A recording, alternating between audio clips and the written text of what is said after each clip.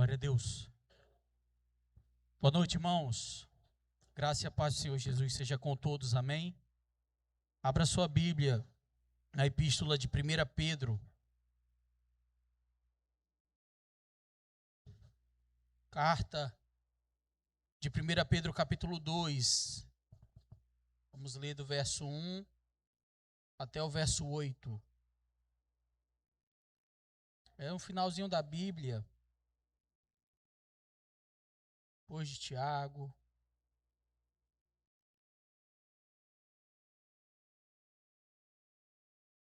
1 Pedro, capítulo 2, do verso 1 em diante. A palavra de Deus diz assim, irmãos.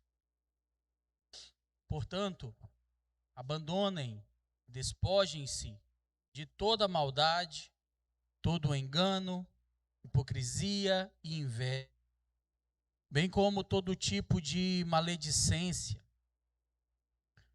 Como crianças recém-nascidas, desejem o genuíno leite espiritual, para que por ele lhes seja dado crescimento para a salvação.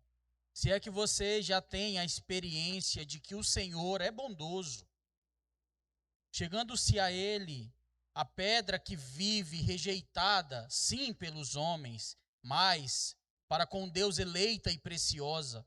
Também vocês, como pedras que vivem, são edificados casa espiritual para serem sacerdócio santo, a fim de oferecerem sacrifícios espirituais agradáveis a Deus por meio de Jesus Cristo.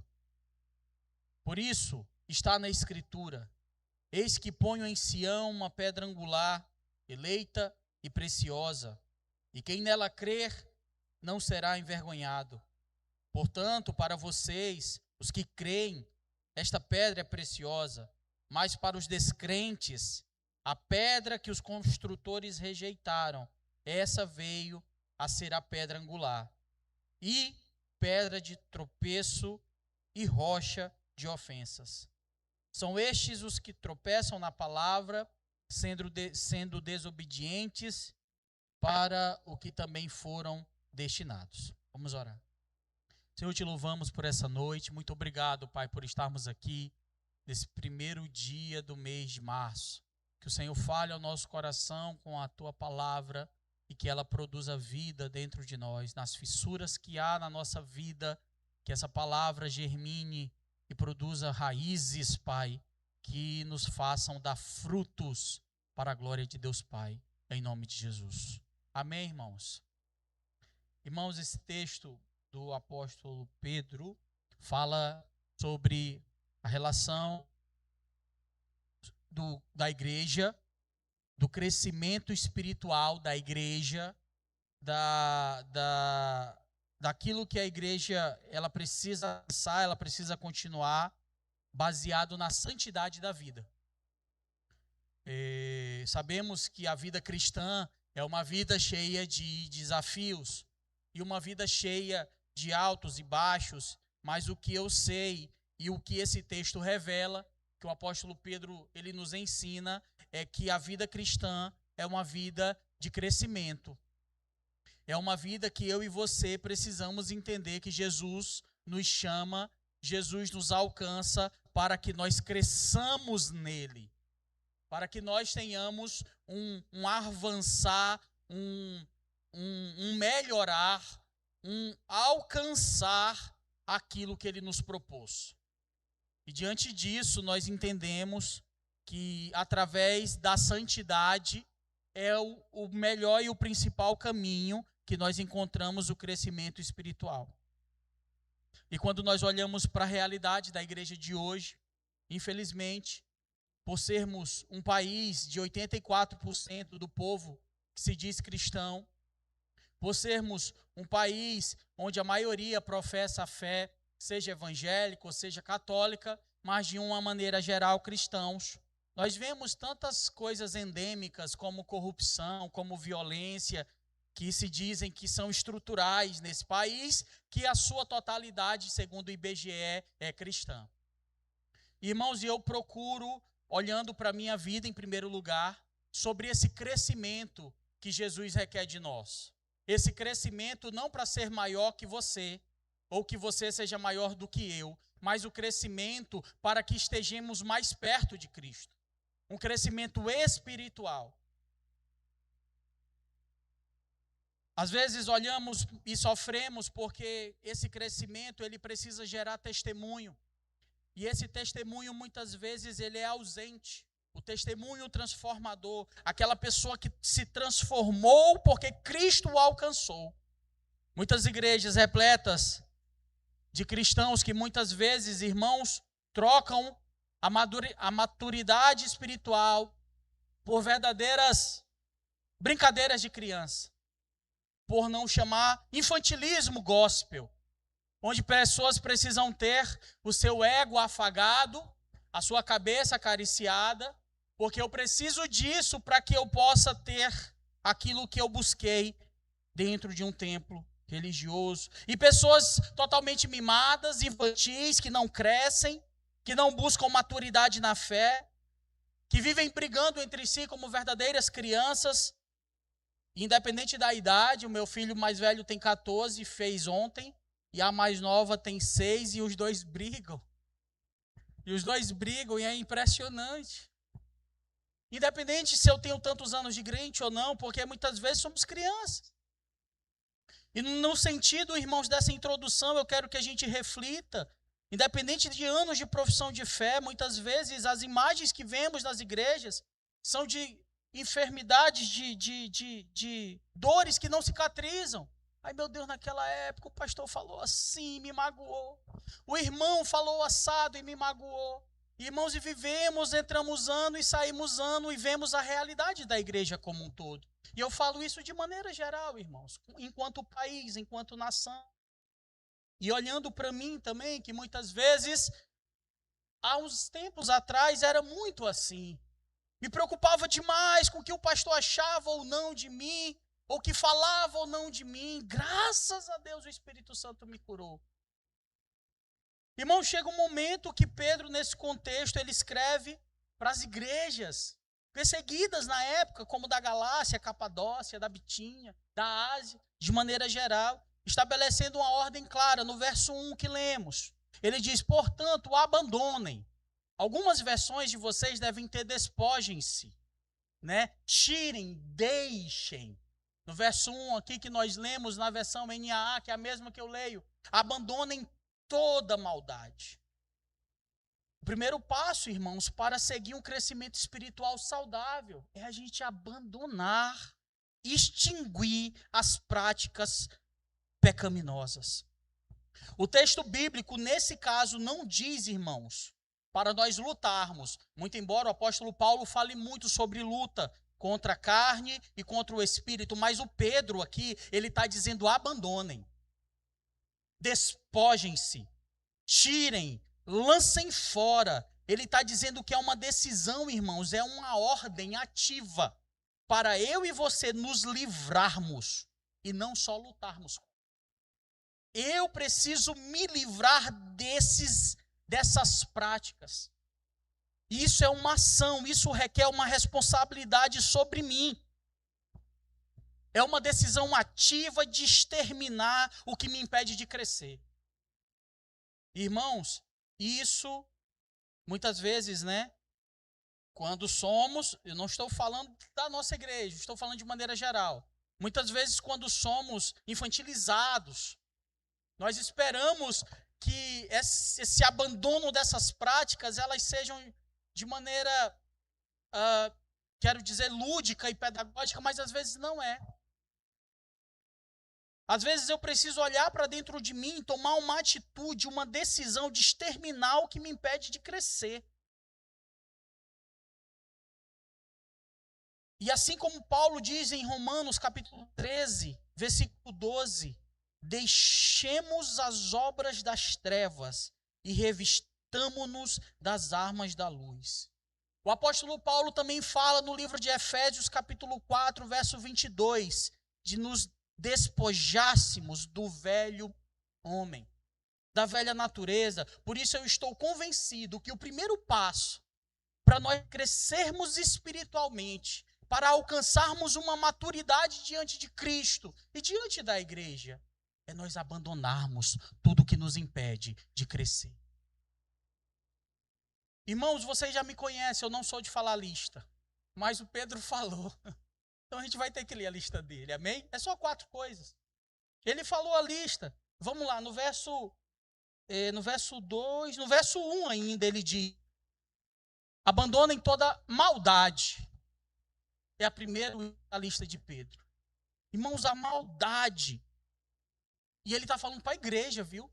Mas pastor, como assim? Todo mundo crente.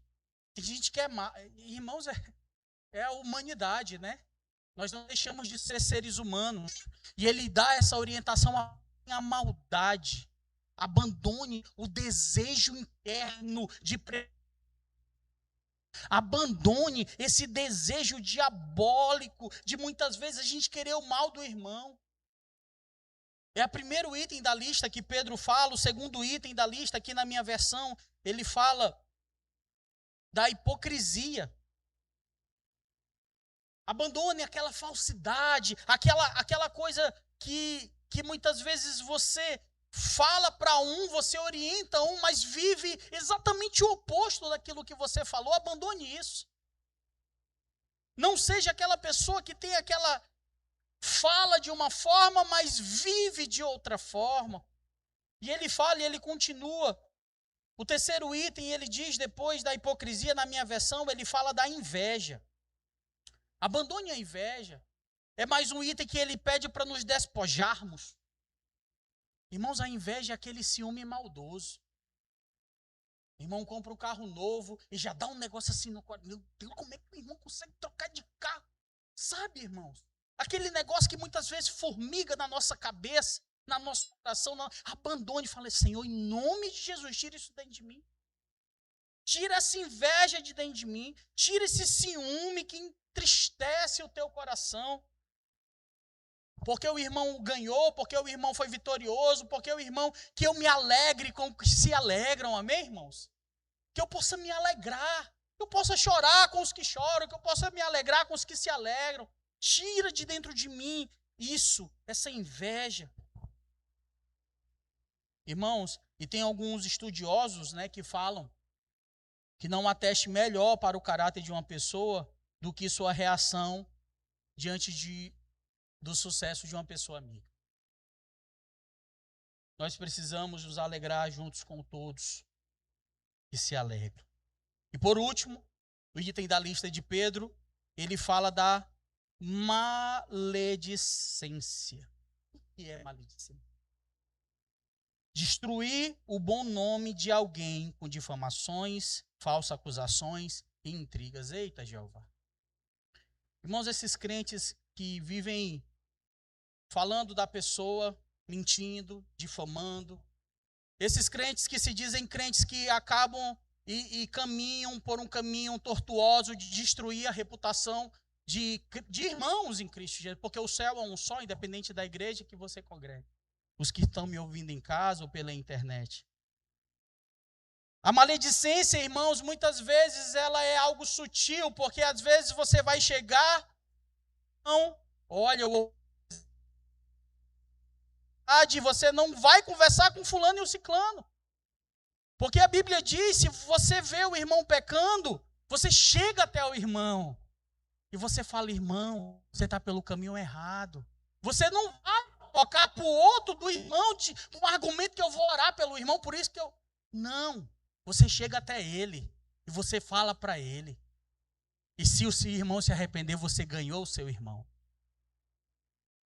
Com a maledicência, e Pedro ele deixa claro esses itens: maldade, a hipocrisia, que é o dolo, né? A inveja, a maledicência. Mas o que eu entendo com tudo isso, irmãos, é que não é uma lista que nós precisamos. O que eu preciso entender é que eu preciso extinguir tudo que é prática que desagrada a Deus no meu coração. Eu preciso despojar. É impossível eu virar um cristão maduro se eu ainda tenho práticas de estimação no meu coração. É impossível. O pecado, irmãos, ele precisa ser um acidente na nossa vida. E faz tempo que a gente não usa essa analogia, eu vou usar ela de novo. Eu não saio de casa com uma frase na minha cabeça. Ah, eu queria ser acidentado hoje por um caminhão Scania de 9 eixos. Não, irmão. Ninguém sai de casa com esse pensamento, não. Porque o pecado é um acidente, irmão. O pecado é algo que, no momento de fraqueza, no momento de brecha, o inimigo, e Pedro também diz que ele é o inimigo das vossas almas, ele anda ao nosso derredor, porque ao redor está o nosso Deus, esperando um momento. Então, nesse momento e nesse vacilo, o irmão ou a irmã, nós pecamos. Então, portanto, o primeiro passo para o crescimento espiritual, ele é um caminho que advém da santidade, mas para esse crescimento acontecer, eu preciso extinguir, eu preciso despojar-me, como diz o verso 1 do texto que lemos. Portanto, abandonem toda maldade, todo engano, toda inveja e toda maledicência. E o verso 2, irmãos, ele revela o segundo ponto. Mas antes, hoje de manhã nós tivemos a ceia do Senhor. Amém? Quem estava aqui hoje de manhã? Amém. E na ceia do Senhor é um momento que nós fazemos o autoexame, né? É na ceia do Senhor que nós examine-se, pois, o homem a si mesmo, então coma como Paulo ensina lá para a igreja de Corinto. Mas não deveria ser só uma vez no mês. Todas as manhãs, quando você acordar, que o Espírito Santo fale ao teu coração, te examina, irmão. Te examina, irmã. Seja uma pessoa melhor hoje no seu trabalho, com seu cônjuge, com seus pais, com seus filhos. Resplandeça a luz de Cristo onde você for. Seja sal, seja luz. Dê testemunho, se despoje. Deve ser algo constante, irmãos. Nós não podemos tolerar pecados de estimação na nossa vida. Aquilo que eu não extermino pode ser um problema no meu crescimento espiritual. Saia daqui hoje entendendo isso em nome de Jesus. Eu não tolero essas coisas que nessas listas ou em outras desagradam a Deus na minha vida. Eu não tolero, Senhor. Eu não vou brincar com essas coisas. Eu não vou me aproximar dessas coisas. E a partir de hoje já vou começar a apagar os aplicativos desse meu celular. Porque isso tem me afastado. E não só me afastado por conta da ausência do meu devocional, mas tem me feito pecar. Então tire. Fora. Janela. Vende no LX esse negócio. Porque para ser maduro tem que despojar. Para ser maduro tem que abandonar. E se tem coisas ao meu redor que me atrapalham, joga fora. A comunhão com Deus, a relação como essa canção que cantamos aqui. A mulher adúltera, o que a lei dizia, irmãos? A lei mandava apedrejar, era claro. A mulher foi pega cometendo adultério. E aí os homens pegam aquela mulher pelo cabelo. Os fariseus e os religiosos colocam ali no meio. Jesus estava abaixado escrevendo algo na areia. E aqueles homens querendo pegar Jesus, né? O texto é claro, ele diz, vamos levar ela para Jesus, porque Jesus falar que a gente deve apedrejar, a gente vai condenar ele por não ter compaixão. E se ele falar para a gente soltar, a gente vai acusar ele por não seguir a lei de Moisés. O que Jesus mostra para aquele povo? Compaixão, graça, relacionamento. Quem nunca pecou, atire a primeira pedra. Jesus, o Filho de Deus, irmãos. Jesus, o Deus que nos salvou. Ele quer se relacionar com você. Mas para isso, existe algo que eu tenho que fazer. É uma ação ativa e não passiva. Eu não tenho que ficar esperando, Deus fala comigo. Não. Eu tenho que agir. Eu tenho que lançar fora. O segundo ponto, no verso 2 e 3, ele fala do leite genuíno. Isso é maravilhoso, esse exemplo que o Pedro fala, que o apóstolo Pedro diz. Vamos ler mais uma vez. O verso 2 diz, como crianças recém-nascidas desejam o genuíno leite espiritual, para que por ele lhe seja dado crescimento para a salvação. E se é que você já tem experiência de que o Senhor é bondoso. Amém. Nós precisamos ter gosto, desejo pelo leite espiritual, pela presença, Quando Paulo está falando do leite espiritual, irmãos, e aí eu fui tentar olhar, né? Quando o André Vinícius nasceu, a gente éramos pais de primeira viagem, e eu ficava admirado como o leite materno, ele é suficiente para a criança, por vários meses. Não precisa de nenhum outro suplemento, não precisa de mais nada, e olha como é a perfeição de Deus. E quando Pedro ele compara isso no verso 2, ele diz, olha, como crianças recém-nascidas, ele não está nos chamando de nécios. Note que essa alegoria que Pedro fala, não é aquela alegoria que Paulo fala sobre o leite espiritual. Mas ele está dizendo sobre o desejo, o nenê. Quando ele vê o leite da mamãe, o seio da mamãe, ele vai se alimentar, chega ele fica feliz. O desejo, quem é mãe sabe. E eu estou dizendo isso porque eu tenho uma esposa e nós já temos 2 filhos. E eu vi a alegria do André Vinícius pelo tutu da mamãe. E a Isabel chamava de bobou da mamãe. Eu não sei, cada um tem um nome carinhoso que quer dar. E as crianças, elas desejavam o leite materno. Elas queriam chegar e a Bezinha revirava o olho. Olha que maravilha, irmãos.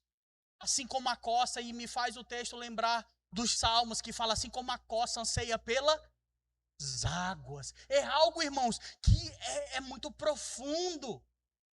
Não é uma prática por prática, mas é desejar ao Senhor de maneira profunda e real. O relacionamento. Acusar aquela mulher, porque a lei de Moisés, mas ele não queria, ele queria um relacionamento de salvação com aquela mulher. Porque nós não merecemos, irmãos.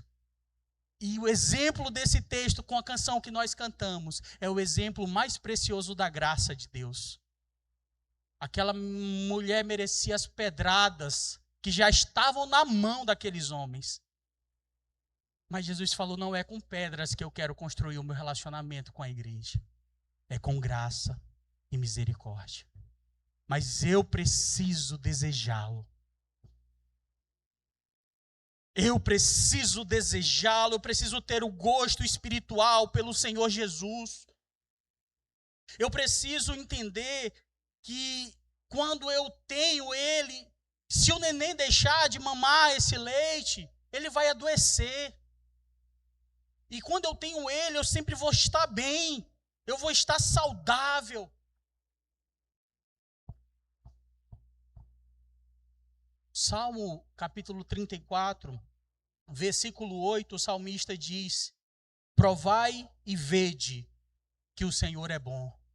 E esse provai está no mesmo sentido desse relacionamento.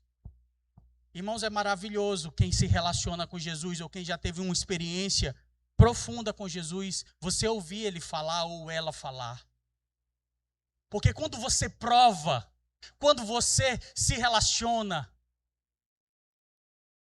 não tem palavras para descrever essa graça e esse amor que nos alcança.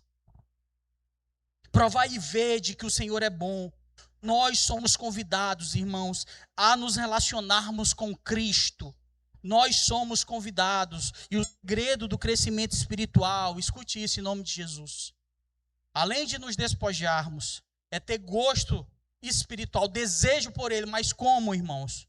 Com comunhão devocional. E aí, todos os domingos, nós lançamos um estudo nos grupos da igreja, do sistema. Você que não está no grupo e quer esses estudos, procure o pastor Breno, ou procure a mim. Nós vamos passar o estudo para você escolher uma vez na semana para fazer o seu devocional, mas ainda é pouco. O devocional tem que ser diário. O devocional, porque o pastor André está pedindo, jamais. Quem sou eu na fila do pão, irmãos? Que preciso tão quanto. Porque você precisa se relacionar com Deus todos os dias. Não deixe o infantilismo lá das outras igrejas. Ah, porque o pastor isso, porque o pastor aquilo, porque o irmão aquilo, porque... Não! Sou eu que preciso de Cristo, eu que preciso olhar para a cruz, eu que preciso me despojar, e eu preciso caminhar para o caminho da maturidade cristã, me relacionando com Ele diariamente. Chega, irmãos, de síndrome de Adão. Para buscarmos a maturidade espiritual, precisamos assumir os nossos erros e precisamos entender que o relacionamento cristão com Deus é ativo e não passivo. Eu preciso buscar a Deus todo dia para eu crescer com maturidade em Deus, para que as ondas e ventos de doutrina, para levantamentos políticos de guerra e de conflitos geopolíticos não venham me amedrontar. Tem gente que não vê um míssil cair, meu Deus, eu vou construir um buraco, me calma. O teu Deus é quem cuida da tua vida. Quando você olha para os montes, o socorro vem dele. Eu sei que a gente se angustia, é normal. Mas, Senhor, eu me angustiei, mas hoje eu vou te buscar e colocar essa angústia aos pés da cruz. O problema é quando a gente para de buscar. Tenha o gosto, o desejo espiritual pelo que o Senhor representa na sua vida. Ouvir o sermão de domingo é importante. É sentir que precisa mudar, é bom, mas o crescimento, a maturidade cristã exige que eu e você tenham um momento a sós com Cristo diariamente. Você precisa abrir a palavra, orar e sair dali fortalecido. O crescimento espiritual, meus irmãos, ele ocorre quando evitamos o pecado. Daquilo que nos alimentamos. É o verso 1 e 2, né? Despojem-se dessa lista e se alimente. É basicamente isso. E aí, o terceiro ponto e último, ele fala do que isso acontece após esses dois pontos anteriores. O que acontece, o que muda, e ele fala de pedras. É interessante, irmãos, o que diz o verso 4. Chegando-se a ele a pedra que vive. Primeiro ele está falando de Jesus no verso 4. Ele está dizendo que chegando-se a ele, quando nós desejamos, nós vamos chegar a ele, a pedra que vive. E aí ele diz, né? Rejeitada assim pelos homens, mas para com Deus eleita e preciosa. E no verso 5 ele diz agora da gente, ó. Também vocês, como pedras que vivem, são edificados casa espiritual para serem sacerdócio santo, a fim de oferecerem sacrifícios espirituais agradáveis a Deus. Aqui tem tanta informação que Pedro fala que você não tem ideia, que não dá tempo aqui. Pedro ele está dizendo que ele é a pedra. E lá mais na frente ele faz uma citação de outro texto dizendo que ele foi a pedra angular rejeitada pelos construtores. Só que ele diz aqui no verso 4, 5, que nós somos essa pedra viva. Só que essa pedra, ela é edificada para ser uma casa espiritual. Irmãos, Jesus é a pedra viva que foi rejeitada. Mas Deus elegeu ele. Mas Deus elegeu para ele como uma pedra preciosa. Somente quando nós nos achegamos a ele e reconhecemos a sua vida ressurreta, nós também nos tornamos. E o que isso significa? Pedras vivas, irmãos, construção da ideia que o cristianismo ele é uma comunidade. Na época de Cristo, os prédios era literalmente construído com pedras. Pedras trabalhadas, obviamente, mas que eram pedras não como hoje. As tecnologias fazem esses blocos, e também que são pedras, mas de maneira mais ornamentadas. Quando nós somos pedras vivas, irmãos, nós entendemos que o cristianismo ele é uma comunidade. Quando ele diz no versículo, por exemplo, 5, como pedras que vivem, são edificados uma casa espiritual para serem sacerdócio santo. Ele está dizendo para a gente, em Levítico, somente o sumo sacerdote poderia entrar no Santo dos Santos. Nós vimos hoje na EBD. No entanto, uma vez por ano. E ele entrava, intercedia pelo povo e etc. Mas, no entanto, o véu foi rasgado com a morte de Cristo e todos nós exercemos o sacerdócio santo e temos livre acesso à presença de Deus. E o que isso quer dizer? Nós somos edificados como uma casa espiritual para um propósito claro: oferecer sacrifícios espirituais agradáveis a Deus. A maturidade cristã, ela acontece quando você se despoja, quando você abandona, A maturidade cristã, ela acontece quando você tem um desejo contínuo por Cristo na tua vida. E a maturidade cristã, ela acontece quando você entende que o propósito da sua vida é ser uma pedra de edificação e que agora você é um sacerdote que oferece os sacrifícios espirituais agradáveis a Deus. Você, como por exemplo, louvor, adoração, intercessão pelo próximo e tudo aquilo que envolve a comunidade. Irmãos, o nosso relacionamento com Deus, ele é algo maravilhoso individualmente falando. Mas se o meu relacionamento com Deus individual, o meu momento com Deus no meu dia a dia, não inferir, não contribuir no impacto da minha comunidade, tem alguma coisa errada. Ah, hoje eu não vou para a igreja, não. Eu não estou afim de ver ninguém.